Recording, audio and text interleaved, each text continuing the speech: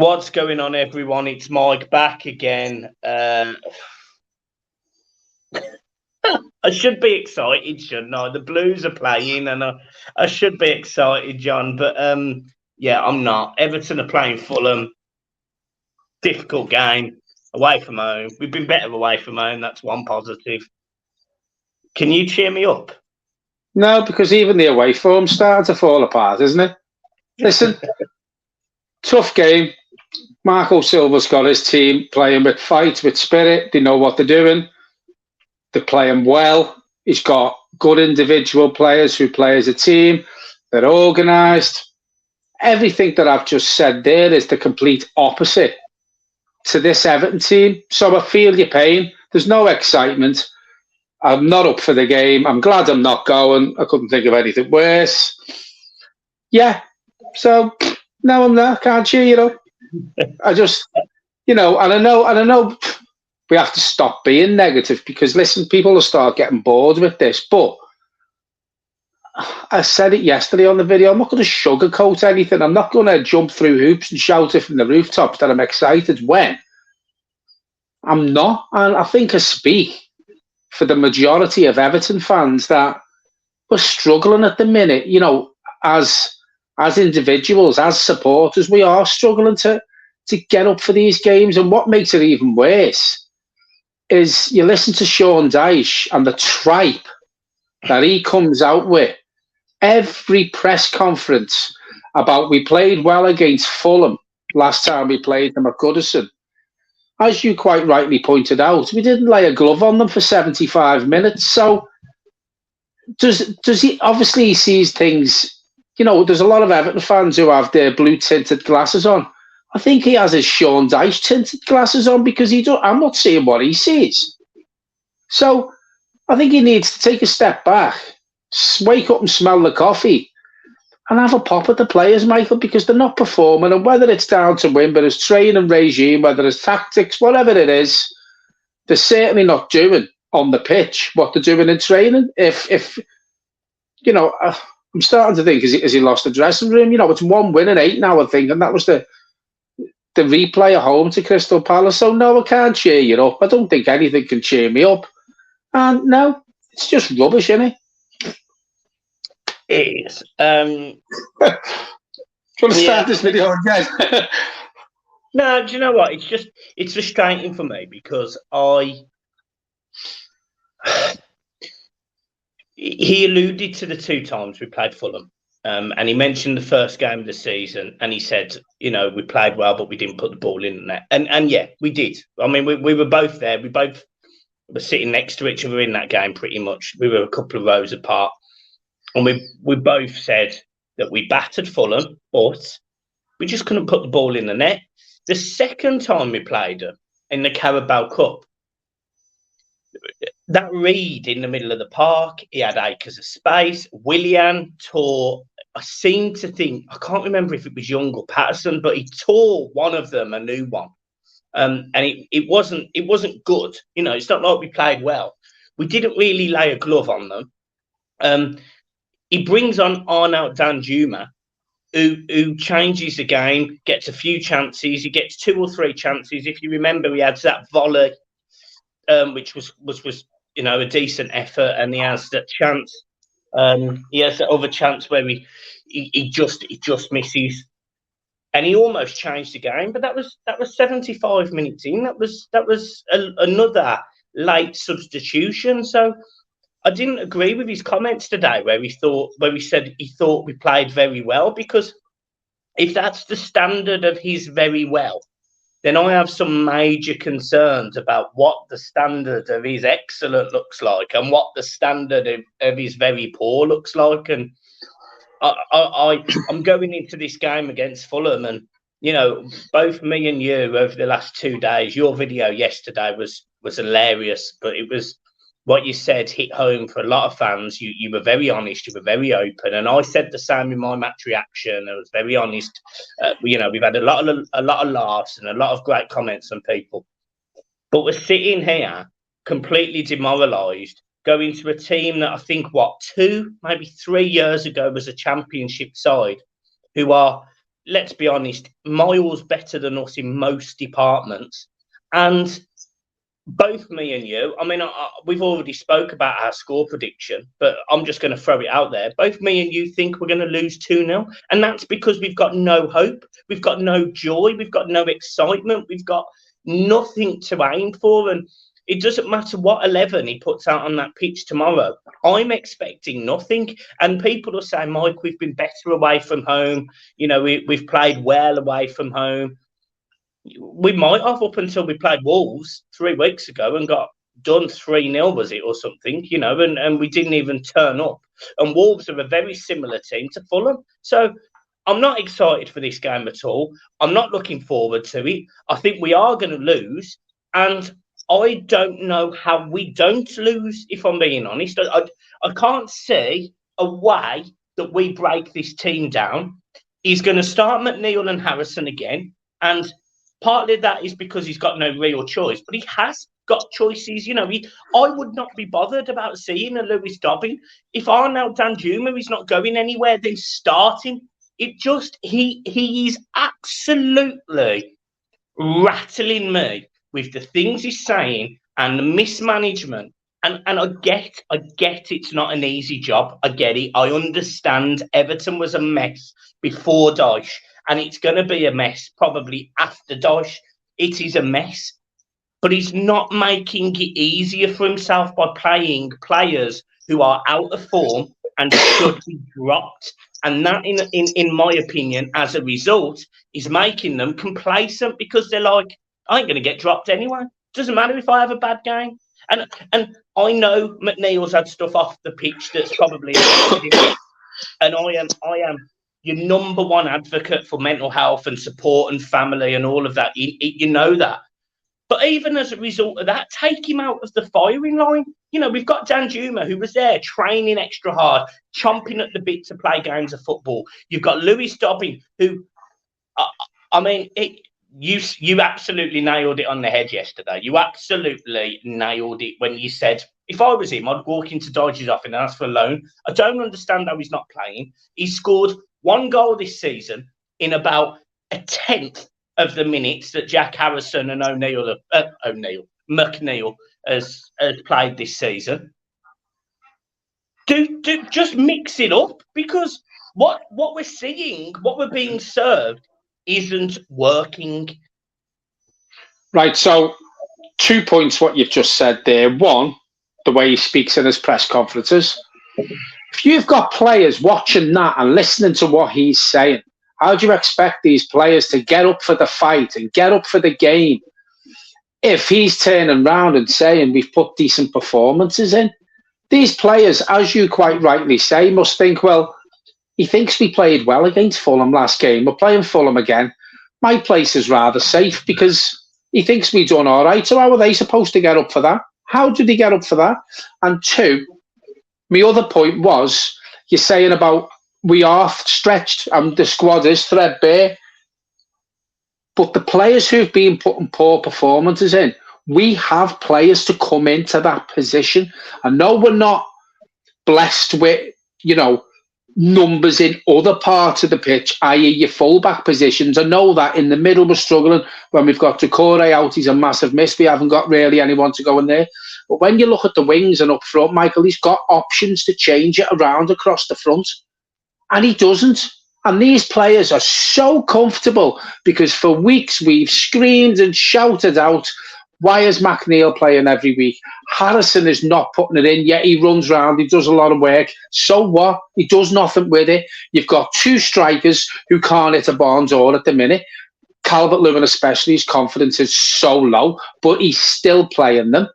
Change it around. I'm glad you've mentioned a couple of players there, because while I've been driving around today, I've been thinking, how could we go with the team tomorrow?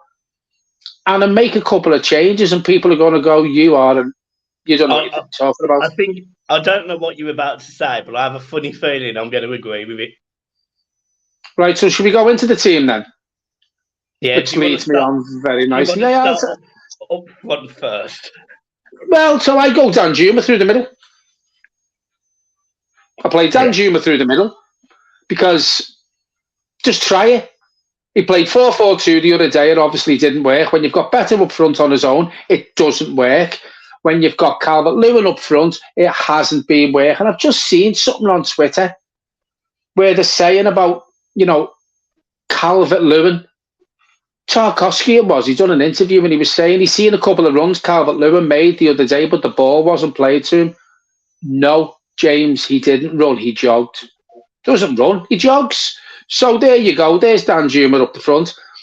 I play McNeil on the left only because we've got no one else, because Danjuma's playing up front. So I'll stick him there because I do think he's probably that much better than Jack Harrison. I play Dobbin on the right, bit of pace. I know he's not a winger. Mix it up because he can cut in as well.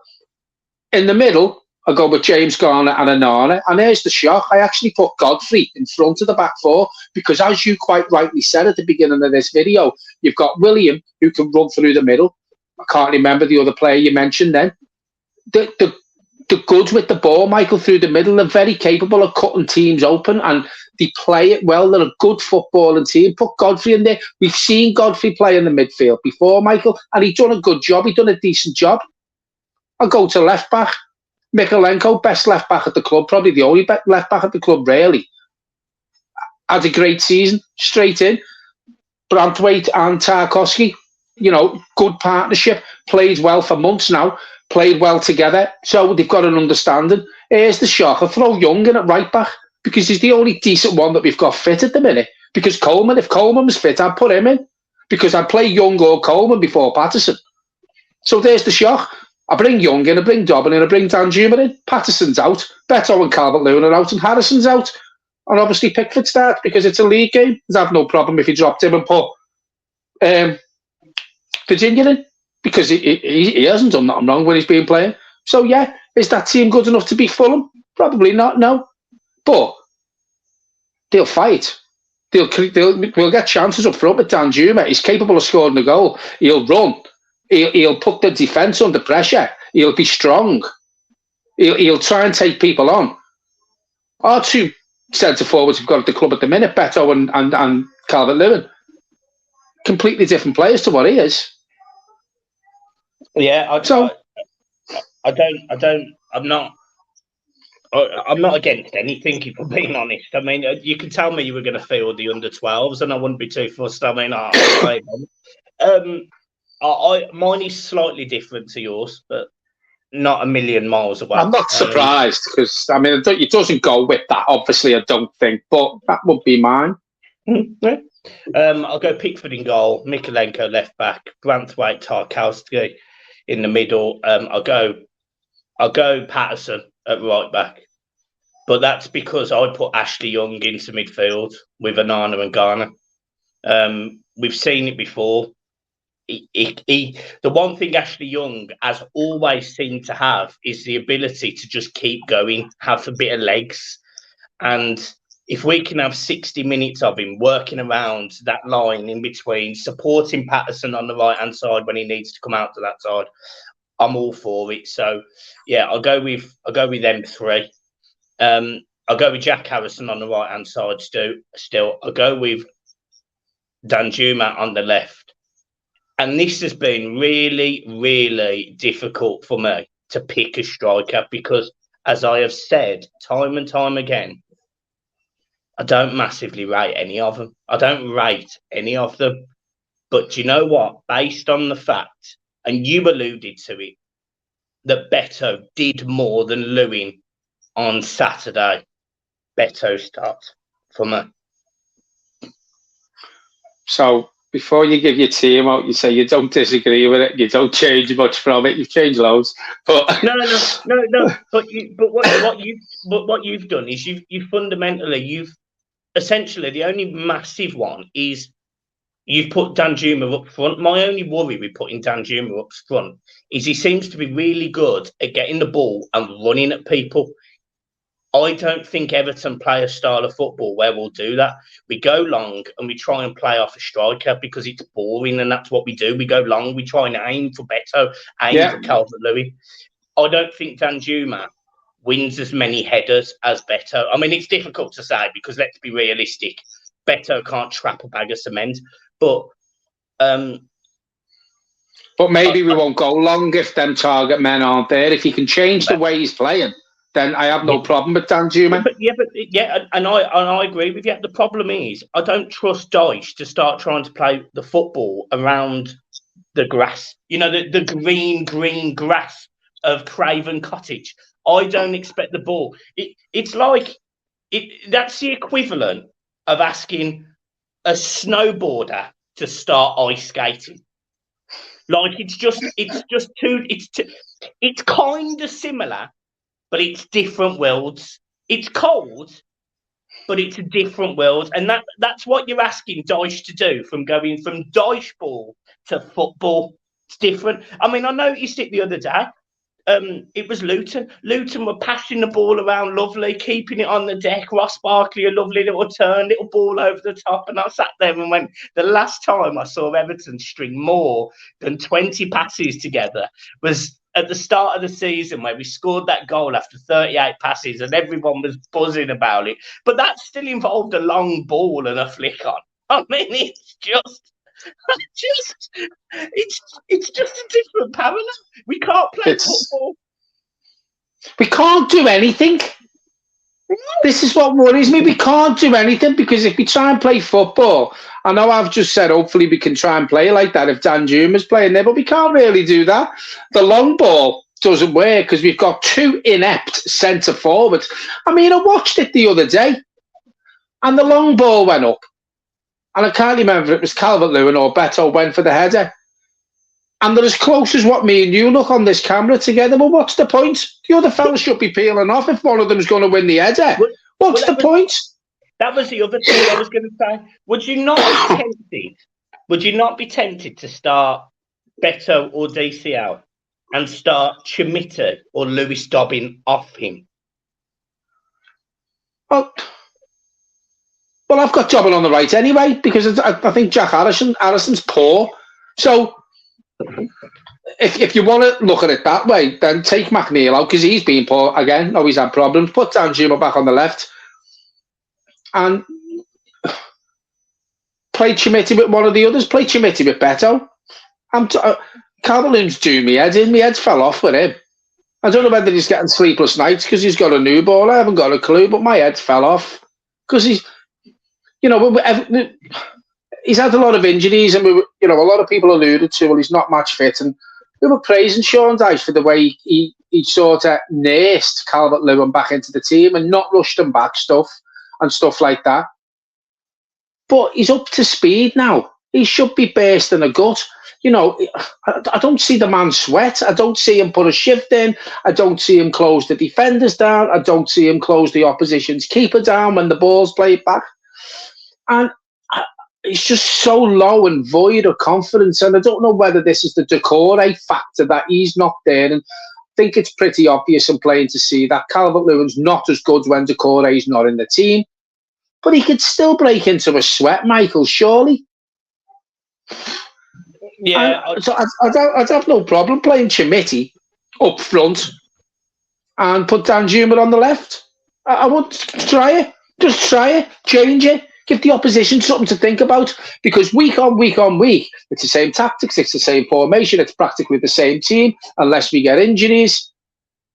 The opposition don't have to work 24/7 to try and get their heads around how Everton are going to play and do a game plan in their training. They've only got to watch one video and they think, oh, they've done that for the last 6 weeks, so it sounds, we know how to play against that. They'll rock up here on Tuesday night and it'll just be the same, so sounds, have an hour off, lads, go ahead, because we know what we're doing, sounds. But it is, isn't it? Yeah. And do you know the biggest thing that we miss when we don't have Doucoure is his press. Doucoure will bolt out from that number 10 role and he'll hunt the ball, which as a result makes other players hunt the ball. Yeah. We don't do that if Doucoure is not in the team. Well, if Doucoure plays, and as you've just said, he hunts the ball and he'll put a sprint in and he'll close the opposition down. You know yourself, Michael, you've played football, I've played football. When you've got a player like that, it gives the team a lift because it makes other players close players down. It makes other players put a sprint in and try and find, space for Doucoure if he gets that ball to pass it to them. It's lacklustre with the team we've got there without Doucoure, whether it be James Garner, whether it be Onana, whether it be Garner Guy. Not so much Garner guy, because I think he is capable of closing the opposition down and hunting the ball. But without Garner guy or Doucoure, it's lackluster, it's slow, it's painful to watch. There's no penetration, there's no urgency. So if you've got a team like that, how are they going to get up for it if there's no get up and go from any of them? It's just rubbish to watch.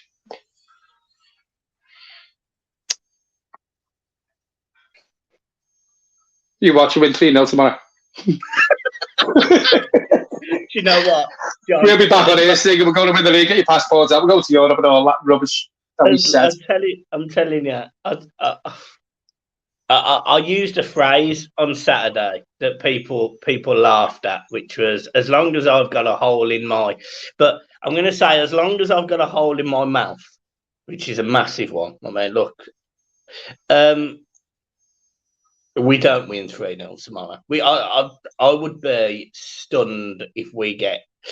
I think we're capable of a point because Dyche can set up quite defensive. But I suspect we lose 2. Like, I'm geared to lose 2-0. And it's such a shame to be in this predicament. But what's the point? What is the point? I mean, you made a joke yesterday saying about the Super League should go and, we can have football back. Do you know what? I'd just like my weekends back. Just liquidate. Yeah. Do you know what's funny, though? The amount of people who you see on X, Twitter, whatever you want to call it, and Facebook and social media, when we haven't got a game, you get people putting on it, isn't it great to have an Everton free weekend? How sad's that? Do you know what, right? I can only go back to... I mean, my good days was under David Moyes. I mean, that's how mad my life is compared to yours. And I used to love it. Especially when we was at Goodison, because you knew that every team that come to Goodison were going to have a game. Could be Man United, could be Arsenal, could be Chelsea, could be whoever. They'd all have a game. And there was this one week where I seem to remember us beating Arsenal one week and then Man United the week after. I think it was like 2-1 and 4-2 or something. And I remember the 2 weeks going. I remember how happy I was, how excited I was. I absolutely loved the Blues. Manny Fernandez. It's got football. Mate, even the team that Moyes left included Kevin Morales. £5.5 million, Kevin Morales. How much would he have cost when we actually did sign him? And yet you sit there then, the summer after Martinez goes and Koeman comes in, we spend £30 million on Davy Klaassen and 20 on Morgan Schneiderlin, 10 on Wayne Rooney and 47 on Sigurdsson. I'm telling you now, I can run faster than them 4 put together. So we just... Ever since Mashiri came into this football club, Everton have been on a downward trajectory so fast that I reckon they'd be at the bottom of the Mariana Trench by now. If they left the front door 15 seconds ago, they'd be down there swimming with... Right. Leads me on to one more point that I'd like to point out to you. I'm on a tangent and I'm chatting waffling doo-doo. Right. So when we had Morales and players like that, and we had Pienaar, David Moyes and Pienaar and Leighton Baines and Osman. Who at the club? Sir William Kenwell. Right. Then you allude to this downward trajectory. I can't say that word, but you know what I mean. Started when we... Trajectory, right. We had Sigurdsson, we had Rooney, we had Morgan Schneiderlin. Who was the owner? Farhad Mashiri. And that's all I have to say. So it makes... Well, it's not all I've got to say, because I'm going to say it. Seems we've had a good 2 days. And I just... the channel's about to go. It's finished. I just want to point out to the blue tinted glasses brigade, that we would not be in this mess, in my opinion. Not Michael, so don't have a pop at him, you can have a pop at me. We weren't in this mess when Bill Kenwright had this club. I know he sold the club to Mashiri, so that was probably the start of it. But we didn't have this much debt. We were signing players for 5 million, you know, good players, good championship players who fitted into the way David Moyes played. A couple of players short of probably consistently challenging for Europe most seasons. Then Mashiri comes in and he's like a kid in Toys R Us with his mate Usmanov in the car, and he's texting him, throw another £50,000 in my bank. I want to pay by card. I've just found something in here that I want. And it all went boobs up. Right. So people who are always popping at Bill Kenwright, listen, he hasn't been good for the club, but I'm telling you right now, he's been no worse than Farhad Mashiri has. He's the biggest problem at this club and has been from the day he walked through the door.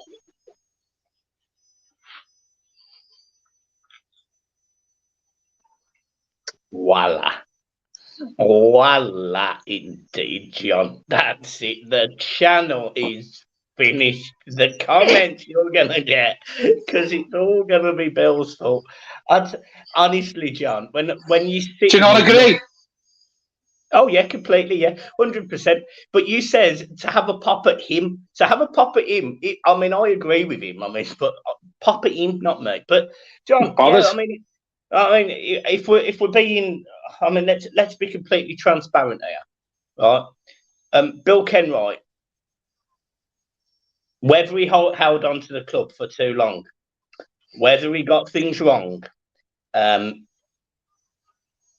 he never got us into such a financial mess that we and that's what I'm trying to point out. That we can't sign players because of loan payments. Don't get me wrong, we were tight sometimes. And we had to sell Rooney. But tell me how that's any different to right now.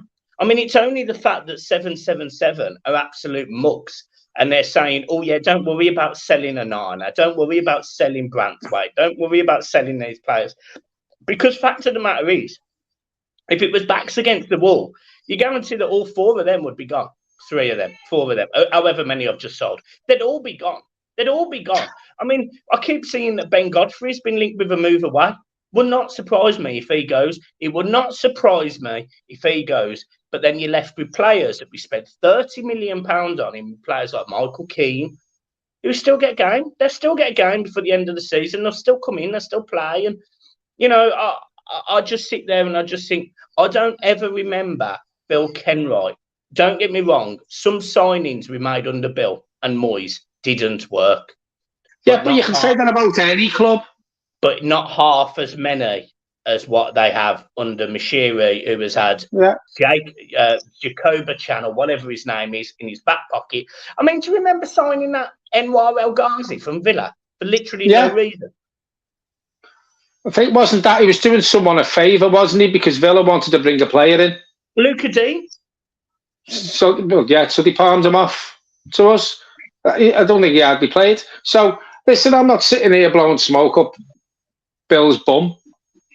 But what I will say, it wasn't this bad. It wasn't this bad at all compared to what it's been since Mashiri walked in the door with his mate Usmanov. It hasn't been.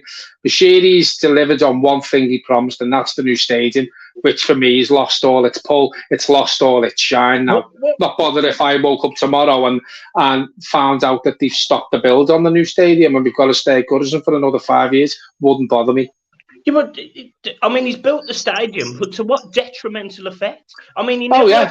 He never had funding in place in the first place. The costs have gone up, fair enough. I understand that. But we are having to take loans from Paul to pay Steve, fundamentally. We're literally cap in hand. I don't know any of these sayings.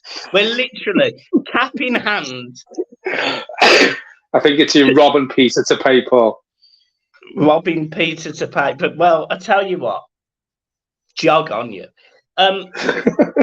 when you look at the detrimental effect it's had on Everton, I mean, look, I read somewhere something like Sean Dyche was brought in to.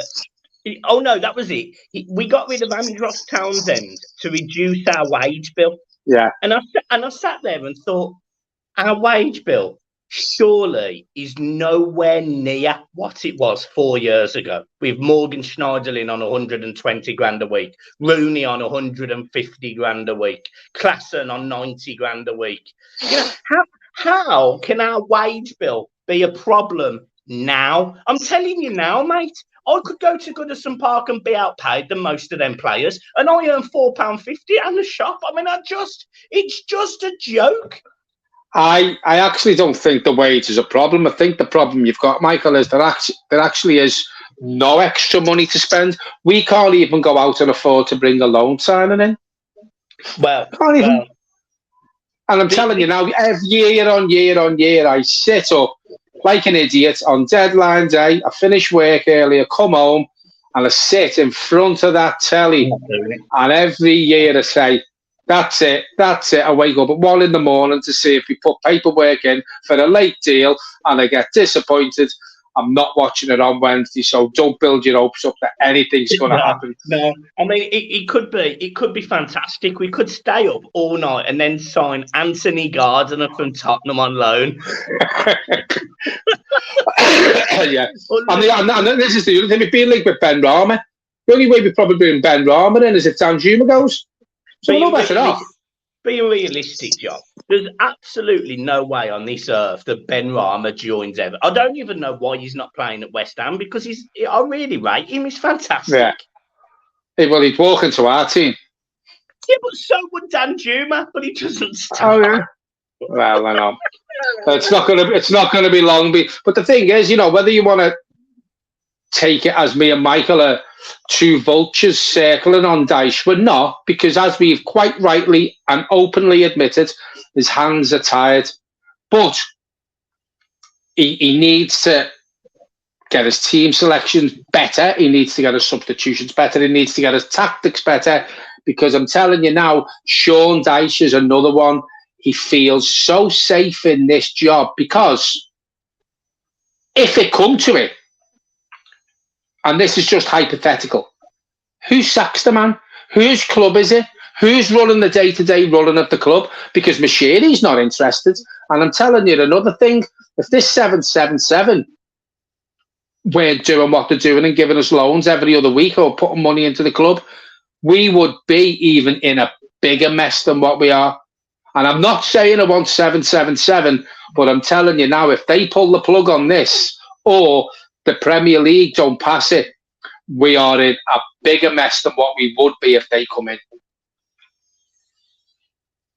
Anyway, I hope you've enjoyed your match preview for the Everton-Fulham game. It's been absolutely fantastic. The positivity that has radiated from me and John must have warmed all of your souls up. No doubt you're boiling hot. You don't need that warm blanket the heating on tonight, because we have toasted you nicely. John?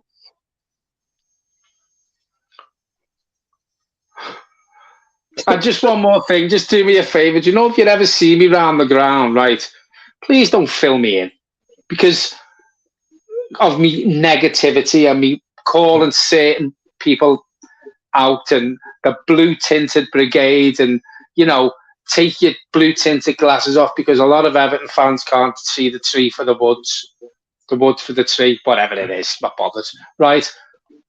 It's all about opinions. Please don't fill me in, because I know people, right? Hello,